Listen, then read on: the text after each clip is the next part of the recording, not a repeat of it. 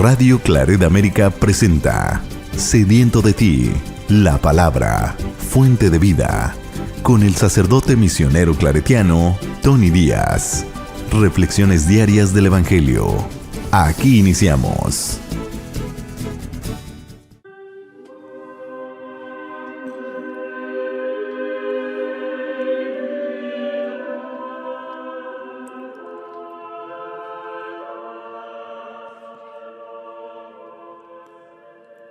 Bienvenidos hermanos a nuestras reflexiones bíblicas de las lecturas del día. Hoy es jueves de la quinta semana de Cuaresma. La primera lectura de hoy viene del libro de Génesis, capítulo 17, versículos 3 al 9. Cuando Dios se le apareció a Abraham, se postró con el rostro en el suelo y Dios le dijo: Aquí estoy, esta es la alianza que hago contigo. Serás padre de una multitud de pueblos. Ya no te llamarás Abraham, sino Abraham, porque te he constituido como padre de muchas naciones. Te haré fecundo sobremanera, de ti surgirán naciones y de ti nacerán reyes.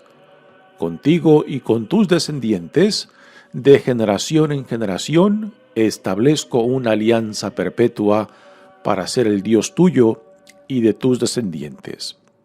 A ti y a tus descendientes les daré en posesión perpetua toda la tierra de Canaán, en la que ahora vives como extranjero, y yo seré el Dios de ustedes. Después le dijo Dios a Abraham: Cumple pues mi alianza, tú y tu posteridad, de generación en generación. Palabra de Dios. El salmo responsorial es el Salmo 104 y el responsorio es: El Señor nunca olvida sus promesas. El Señor nunca olvida sus promesas. Recurran al Señor y a su poder, búsquenlo sin descanso. Recuerdan los prodigios que Él ha hecho, sus portentos y oráculos. Descendientes de Abraham, su servidor, estirpe de Jacob, su predilecto, escuchen, el Señor es nuestro Dios, y gobiernan la tierra sus decretos. Ni aunque transcurran 1000 generaciones, se olvidará el Señor de sus promesas, de la alianza pactada con Abraham, del juramento a Isaac, que un día le hiciera. El Señor nunca olvida sus promesas. El Evangelio de hoy viene de Juan, capítulo 8, versículos 51 al 59. En aquel tiempo Jesús dijo a los judíos: Yo les aseguro, el que es fiel a mis palabras no morirá para siempre. Los judíos le dijeron: Ahora ya no nos cabe duda de que estás endemoniado, porque Abraham murió y los profetas también murieron, y tú dices: El que es fiel a mis palabras no morirá para siempre. ¿Acaso eres tú más que nuestro padre Abraham, el cual murió? Los profetas también murieron. ¿Quién pretendes ser tú? Contestó Jesús: Si yo me glorificara a mí mismo, mi gloria no valdría nada. El que me glorifica es mi Padre, aquel de quien ustedes dicen: Es nuestro Dios, aunque no lo conocen. Yo, en cambio, sí lo conozco. Y si dijera que no lo conozco, sería tan mentiroso como ustedes. Pero yo lo conozco, y soy fiel a su palabra. Abraham, el padre de ustedes, se regocijaba con el pensamiento de verme. Me vio y se alegró por ello. Los judíos le replicaron: ¿No tienes ni 50 años y has visto a Abraham? les respondió Jesús. Yo les aseguro que desde antes que naciera Abraham, yo soy. Entonces recogieron piedras para arrojárselas, pero Jesús se ocultó y salió del templo. Palabra del Señor. Muy bien, damos comienzo a nuestra reflexión de las lecturas de hoy. La primera lectura de hoy viene del libro de Génesis y aquí se nos presentan ahora el personaje de Abraham, quien Dios llamó desde su tierra de Ur, en lo que hoy en día es Irak, y lo trajo a esta tierra de Canaán que Dios le prometió que sería patrimonio de él y de su descendencia perpetuamente. ¿Por qué se nos presenta a Abraham en esta lectura, en esta quinta semana de Cuaresma? Porque ahora las lecturas están haciendo esta conexión entre Abraham y Jesús, quien es el cumplimiento, quien es la plenitud de la promesa que un día Dios le hizo a Abraham. Y en la primera lectura de hoy y el Evangelio encontramos esta conexión de cómo Jesús se identifica plenamente con esa promesa, con esa alianza que Dios hizo con Abraham. Y que Jesús viene siendo el cumplimiento, la plenitud de esa alianza ahora ya realizada en Jesús, el Hijo de Dios, el enviado de Dios, el Mesías.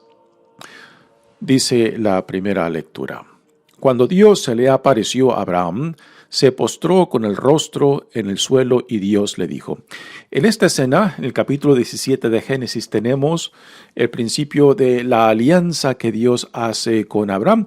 Ya Abraham ha tenido su hijo con la esclava de Sara, Agar, y el hijo que le nace por medio de esta esclava de Sara es Ismael.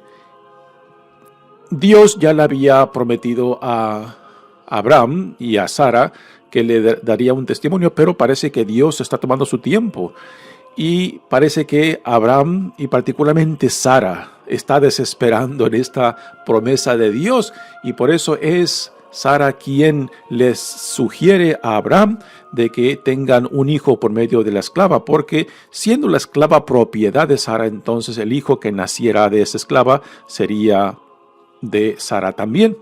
Pero Dios tiene otras ideas. El hijo que Dios le ha de dar no va a ser por medio de la esclava, sino por medio de Sara.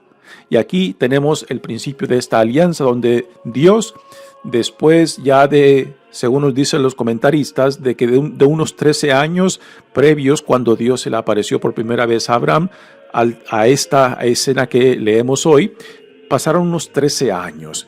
Y que es en esta escena que se nos narra en esta primera lectura, donde tenemos ya la alianza formalmente que Dios hace, que será pactada con el símbolo de la circuncisión, que desde hoy en adelante el pueblo de Dios llevará, particularmente en los hombres, la marca de la alianza, y todos aquellos que se circuncidan pues son parte de este pacto, de esta alianza que Dios ha hecho con su pueblo, y que por tanto al circuncidarse tienen que someterse a la fidelidad, a la obediencia de la vida a la cual Dios los llama. Y también la gran sorpresa es de que Dios le dice que su primer hijo de Abraham con la esclava de Sara no será el hijo de la promesa. El hijo de la promesa le vendrá por medio de Sara. Y es aquí donde viene esta curiosa reacción tanto en Abraham como en Sara, que se sonríen o que se ríen al escuchar lo que Dios le dice. El primero que se ríe es Abraham cuando Dios le dice que le dará un hijo. Y en su mente, en su reacción, la reacción que Abraham tiene ante esta noticia de Dios es de que se ríe pensando: en mi vejez voy a tener el privilegio, el gozo de tener un hijo, ¿no? Y después, en el capítulo 18, que siga a tenemos la noticia que Dios, por medio de sus ángeles, le da a Sara, que el año próximo que ellos regresen ya Sara tendrá un hijo, y también es la misma reacción que Sara tiene de Abraham, que se ríe de tal noticia, ¿no? Que también Sara piensa, en mi vejez voy a conocer el placer de ser madre, ¿no? Después de tantos años de infecundidad. Y aquí tenemos la conexión del sentido de la risa, que a veces también es traducido como gozo o regocijo. Esto lo menciono porque saldrá después en la lectura del Evangelio de hoy. Así que tanto Abraham como Sara tienen esta reacción de risa ante la noticia de que se les dará un hijo en su vejez, que será el hijo de la promesa. Y que cuando Abraham se sonríe o se regocija ante el nacimiento de su hijo, pues esto es lo que lo lleva a nombrar a su hijo Isaac. Dicen los comentaristas que el nombre de Isaac significa sonrisa. Sonrisa o risa por la reacción que tanto Abraham y Sara tuvieron al recibir esta noticia de que Dios les proveería ese hijo de la promesa, de la alianza que Dios le hace, que sin hijos, pues esa alianza no tiene ningún sentido, porque la alianza, por medio de la alianza se lleva a cabo por medio de la descendencia de generación en generación. Dice la lectura: aquí estoy, esta es la alianza que hago contigo, le dice Dios a Abraham. Serás padre de una multitud de pueblos, ya no te llamarás Abraham, sino Abraham, porque te he constituido como padre de muchas naciones. Aquí esta fórmula de cambio de nombre, cuando se lleva a cabo este encuentro con Dios, lo tenemos también en Jacob, que es el hijo de Isaac. Y cuando Jacob tiene esta experiencia también con Dios, Dios le da un nombre nuevo. Pasa de Jacob a Israel. Israel será el nombre de la nación del pueblo de Dios, que después será compuesta por las 12 tribus, que son los 12 hijos de Jacob. También tenemos esto mismo en la experiencia, por ejemplo, de Simón, que después pasa a ser Pedro. Es el nombre que Jesús le da después de este encuentro con él. También tenemos el caso de Pablo, que antes del encuentro, de su experiencia con Cristo resucitado en el camino a Damasco, y después de esta experiencia, Saulo pasa a ser llamado Pablo. Así que es una fórmula que tenemos tanto en el Antiguo Testamento como en el Nuevo Testamento, de este cambio de nombre que refleja la nueva persona que son después de este encuentro con Dios. Esto también lo tenemos en el sacramento de la confirmación, y por eso se les pide a los confirmandis de que adopten un nombre nuevo como experiencia de este sacramento, que refleje la nueva persona que son llamados a ser en Cristo. Así que tenemos aquí en este encuentro de Abraham con Dios una experiencia transformadora, donde Abraham pasa a ser un simple hombre a quien Dios llamó, y ahora Dios le promete que lo hará el padre de muchas naciones, y por eso el nombre cambia de Abraham a Abraham. Y podemos decir que hoy en día esta promesa que Dios le hizo, pues está plenamente realizada, puesto que tan solo superficialmente podemos decir de que el pueblo judío, como el pueblo cristiano, como el pueblo islámico, pues tenemos a Abraham como nuestro padre en la fe. El pueblo judío traza su descendencia a Abraham por medio de Isaac, Jacob y el resto de la descendencia. El pueblo cristiano nuestro, pues también trazamos nuestra descendencia a Abraham por medio de Jesús. Y para poder entender esto, tenemos que ver las genealogías tanto en el Evangelio de Mateo como el de Lucas, donde nos pone a Jesús directamente conectado con Abraham. Y el pueblo islámico también traza su descendencia a Abraham por medio del primer hijo de Abraham con la esclava de Sara, Agar, que es Ismael, que Dios promete que de este hijo de Abraham con la esclava de Sara, Dios hará también un gran pueblo. Y el pueblo árabe pues traza su descendencia a Abraham por medio de este hijo de Abraham, Ismael. Así que esta promesa de Dios podemos decir con toda confianza que ha sido grandemente realizada, puesto que la inmensidad de pueblos, naciones, que somos parte de esta descendencia de nuestro padre en la fe, Abraham. Dios le dice: te haré fecundo sobremanera, de ti surgirán naciones y de ti nacerán reyes. Contigo y con tus descendientes de generación en generación establezco una alianza perpetua para ser el Dios tuyo y tus descendientes. A ti y a tus descendientes les daré en posesión perpetua toda la tierra de Canaán, en la que ahora vives como extranjero, y yo seré el Dios de ustedes.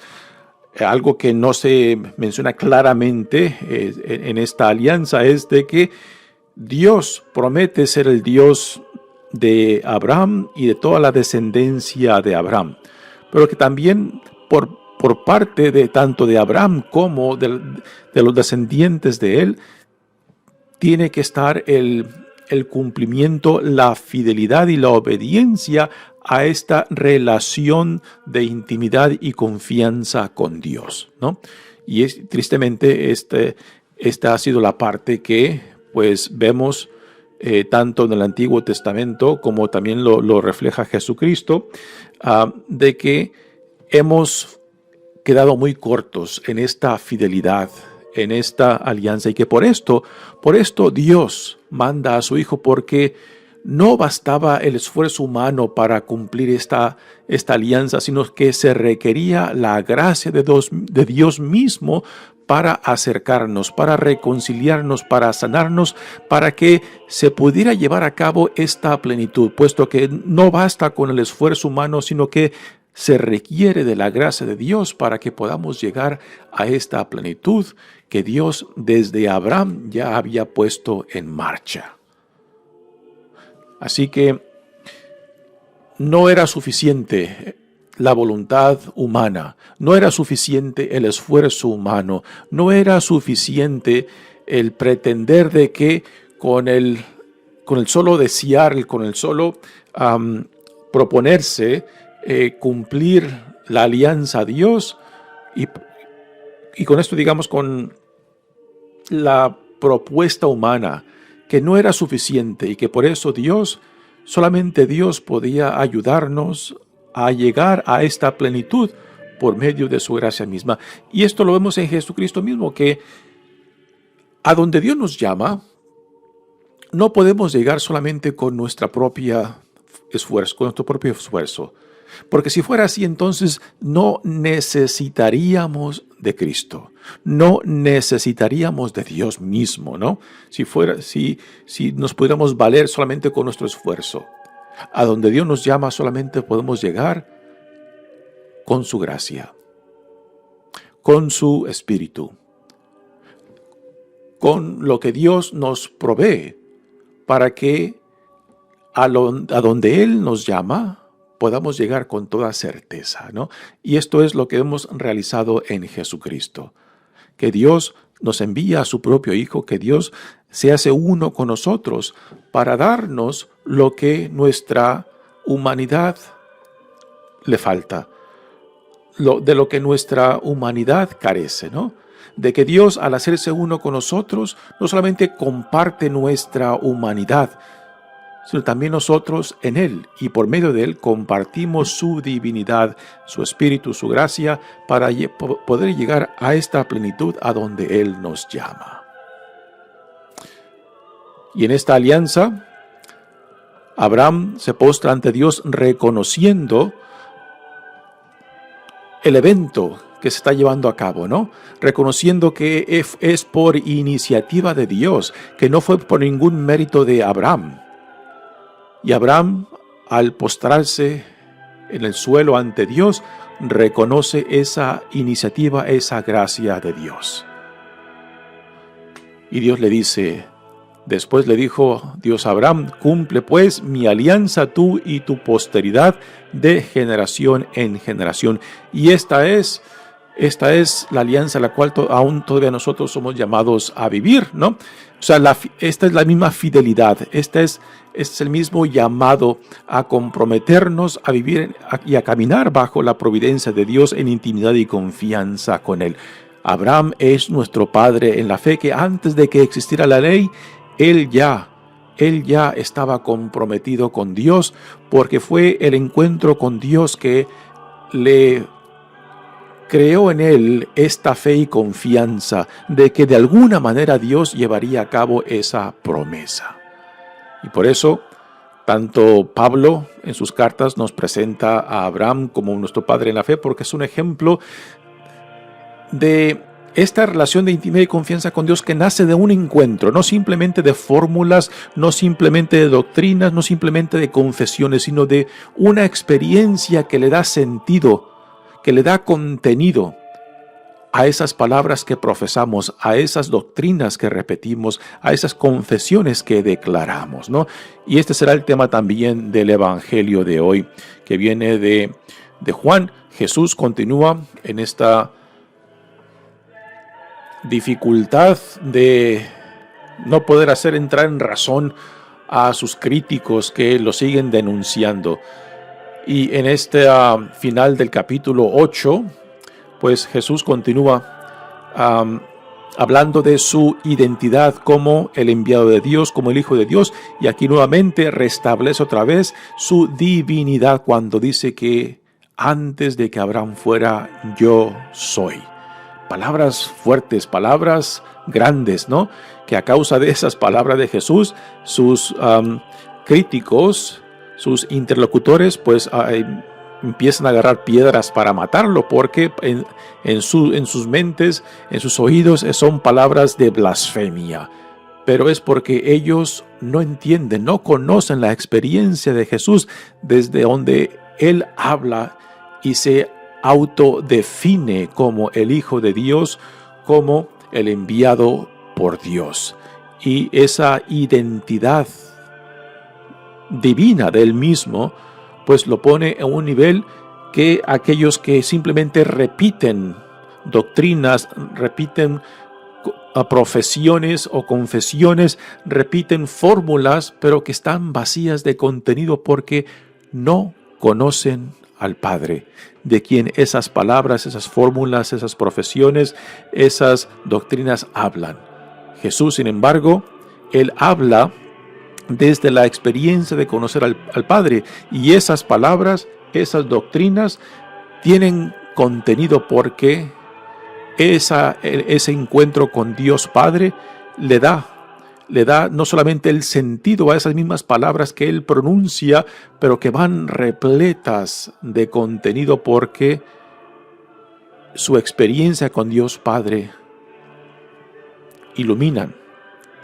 Y esas mismas palabras tienen vida, a diferencias de las palabras de sus críticos, de aquellos que no lo aceptan y que lo rechazan, que están vacías por dentro. Y esto es un tema que aún resuena en nuestros tiempos, cuando pensamos que la religión es simplemente un repetir de fórmulas, un repetir de doctrinas o de confesiones y profesiones que suenan vacías. Porque la religión no es eso. La religión tiene que estar fundada en esa experiencia con el Dios vivo, en esa experiencia que llamamos a veces conversión, en esa experiencia que le da contenido y sentido a las doctrinas, a las fórmulas, a las profesiones y confesiones que decimos en torno a Dios. Sin esa experiencia de conversión, sin esa experiencia de haber sido atraído por Dios mismo y que nos da nos da esa confianza de lo que decimos tiene sentido, porque no solamente porque alguien me lo dijo, alguien me lo contó o yo lo leí, sino porque es la experiencia misma que nos empieza a acercarnos a esa verdad. Y es esa experiencia del encuentro con el Dios vivo lo que a últimas hace posible el que vayamos tras Él y nos comprometamos a Él hacia donde Él nos llame, venga lo que venga. Dice el Evangelio de hoy: en aquel tiempo Jesús dijo a los judíos: yo les aseguro, el que es fiel a mis palabras no morirá para siempre. Este morirá para siempre en el Evangelio de Juan tiene el sentido de que el que sea fiel a las palabras de Jesús tiene vida eterna, en el sentido de que está unido a la voluntad de Dios Padre. Y estar unido a la voluntad de Dios Padre en la mentalidad del Jesús del evangelista Juan es tener vida eterna. Y tener vida eterna ya en el presente, que cuando por la gracia de Dios somos atraídos a Jesús y nos identificamos con su palabra, con su visión del reino, y después vivimos por medio de esta visión que Dios en Jesucristo nos provee, entonces ya tenemos las primicias de esta vida eterna, en lo cual nos une a la voluntad de Dios. Así que vida eterna por vida eterna, o que no morirá para siempre, hace referencia a esta unidad con Dios, cuando nos identificamos plenamente con la palabra de Cristo. Los judíos le dijeron: ahora ya no nos cabe duda de que estás endemoniado, porque Abraham murió y los profetas también murieron, y tú dices: el que es fiel a mis palabras no morirá para siempre. ¿Acaso eres tú más que nuestro padre Abraham, el cual murió? Los profetas también murieron. ¿Qué pretendes ser tú? Así que aquí los críticos de Jesús toman sus palabras literalmente. Aquí hay un desnivel impresionante. Jesús está hablando de un nivel diferente al de sus contrincantes. Ellos hablan desde un punto de vista muy literal, el cual toman las palabras sin el sentido y sin contenido que Jesús, a base de su experiencia con Dios Padre, le da un contenido diferente a esas mismas palabras que él está utilizando. Contestó Jesús: si yo me glorificara a mí mismo, mi gloria no valdría nada. El que me glorifica es mi Padre, aquel de quien ustedes dicen es nuestro Dios. Cuando Jesús habla de Dios Padre, como su Padre, como su Dios, es muy diferente a cuando sus críticos dicen nuestro Dios. Para Jesús, llamar a Dios Padre tiene un contenido rico y profundo porque nace de una experiencia con Dios Padre, que le da sentido a estas palabras. Sin embargo, cuando sus contrincantes utilizan esas mismas palabras como fórmula, como profesión, como doctrina, pues están vacías porque tienen las palabras, pero no el contenido de esas palabras que nacen de esa relación con Dios Padre, que nacen de la intimidad y confianza, que nacen de ese encuentro con el Dios vivo. Y eso es una realidad que también hoy en día se tiene que vivir. La religión no simplemente es un repetir de fórmulas, doctrinas, profesiones y confesiones, sino se ha tenido esa experiencia que le dé sentido y que le dé contenido a esas palabras, a esas profesiones, a esas doctrinas que repetimos. Tristemente, mucha gente, cuando no ha tenido ese encuentro con Dios, esa conversión, pues simplemente se aferra a las fórmulas y doctrinas, pero que están vacías para ellos. Por esto, aquí este desnivel que encontramos desde donde Jesús habla y desde donde sus críticos y contrincantes hablan, pues es un desnivel impresionante. Jesús habla de un contenido que nace de su experiencia con Dios Padre que sus contrincantes no tienen, y por eso no lo entienden y por eso lo rechazan. Y aunque se llamen hijos del Dios vivo, pues no entienden, y porque no entienden no lo aceptan, y porque no lo aceptan terminarán rechazándolo y condenándolo, lo cual también es una posible situación nuestra cuando no hemos tenido ese encuentro con el Dios vivo, cuando no nos hemos permitido ser atraídos y transformados por la gracia de Dios, pues también simplemente nos aferramos a las fórmulas, a las doctrinas, pero que suenan vacías. Suenan vacías porque pensamos que la religión es simplemente el repetir estas fórmulas, estas doctrinas. Pero si no se ha vivido esa experiencia que le dé el contenido, que le dé el sentido, pues vamos a sonar como tambores que no mueven, que no tienen ritmo, que no tienen ese sonido que resuene en el corazón de aquellos que nos escuchan, de aquellos que nos ven y que puedan sentir una atracción al Dios que hoy en día viene a nosotros. Y finalmente vienen las palabras de este evangelio cuando los críticos de Jesús le dicen: ¿no tienes ni 50 años y has visto a Abraham? Les respondió Jesús: yo les aseguro que desde antes que naciera Abraham, yo soy.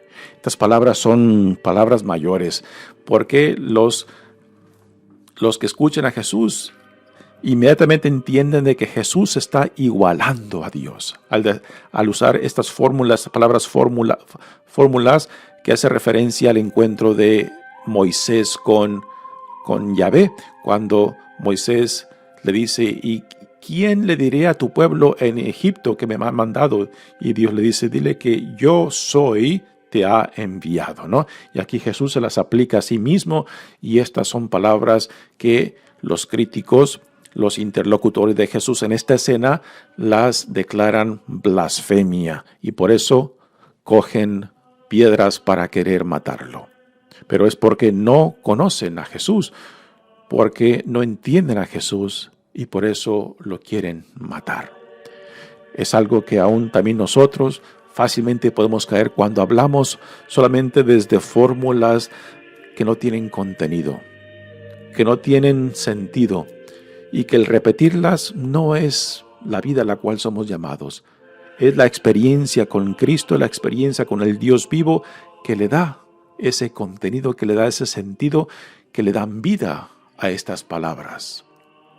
Mi nombre es Padre Tony Díaz, misionero claretiano. Que Dios los bendiga. Radio Claret América presentó Sediento de ti, la palabra. Fuente de vida. Sus comentarios son importantes. Contáctenos en radioclaretamerica@gmail.com.